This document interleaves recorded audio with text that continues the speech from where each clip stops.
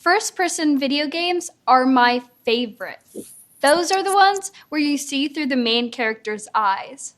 Like in Minecraft, it lets me feel like I'm right in the middle of the action. A lot of my favorite books are also written in the first-person point of view. That's where the voice telling the story is a character in the story. They use the pronouns I, me, and we. Oh, and the voice telling the story is called the narrator, by the way. Let's take a look at an example of a great opening paragraph that's written in the first person. I hate meeting new people. You would too if you had a hook coming out of your forehead. It's pretty hard to make small talk about the weather when someone's staring at you like they're about to throw up. But it's the polite people I hate most. The ones who pretend they aren't grossed out when it's completely obvious that they are. As soon as I read that paragraph, I was hooked. The narrator was edgy and funny. And I felt that I knew the real person, the one that others were too distracted to see. The first-person point of view can do that, can make you feel like the character is talking directly to you, like you're in on their secrets, and that you know them really well.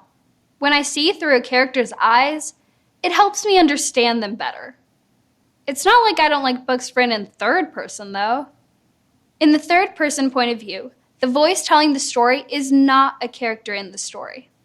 A book about a hook-faced character written in the third person might start like this. The year Beckett was born, 1 out of 3 babies had the hook mutation. Most of them got the hooks removed. But Beckett had a medical condition that meant plastic surgery was too dangerous to undertake. His hook made him self-conscious, and he avoided meeting new people in person whenever possible. Notice how the narrator uses pronouns like his, him, and he. I don't get to hear the character's thoughts expressed in his own voice. But what I do get is a broader perspective. And a third-person narrator can tell the reader things about the setting and background that a character might not even know. If this story about Beckett went on to only focus on what he witnessed and the things that he thought, then it'd be in what's called third-person limited point of view. That's when the narrator is outside the story, but we're still limited to the thoughts and feelings of just one character. Games like Fortnite are in third-person limited point of view. You're always watching your character.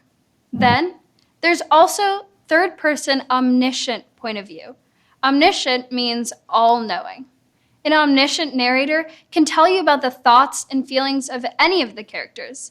They can also make general comments about the situations that the characters find themselves in. Writers and video game developers choose what points of view to use based on what they want you to experience. And it makes a big difference. The next time you read a story or book, or even play a video game, think about how different your experience would be if it were told from a different point of view.